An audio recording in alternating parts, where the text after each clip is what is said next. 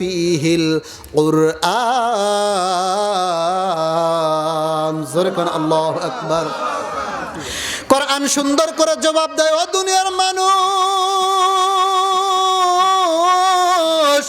তোমরা শুনে নাও, শুনে নাও, তোমরা শুনে নাও, আমি কোরআনকে আমার আল্লাহ এই লাওহে মাহফুজ থেকে রমজান মাসে দুনিয়ার জমিনের মধ্যে পাঠাইছে। জোরে কোন সুবহানাল্লাহ। এ মুসলমান, এবার কথা বলেন, যেই মাসে আল্লাহ কোরআন নাজিল করেছেন এই মাসের দাম আছে না নাই? এ কথা বলেন, দাম আছে না নাই?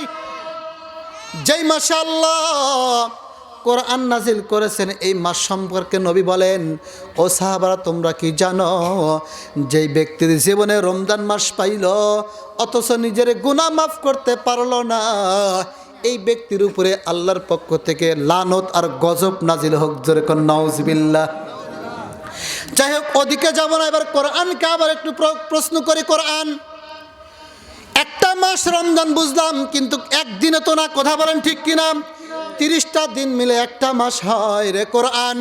এই 30টা মাসের মধ্যে কোন দিনে তুমি নাজিল হয়েছ? কোরআন দেখবেন সুন্দর করে জবাব দিবে, ইন্না আনজালনাহু ফি লাইলাতিল কদর। চিৎকার দিয়ে কোন আল্লাহু আকবার। কোরআন জবাব দেয়, ও দুনিয়ার মানুষ,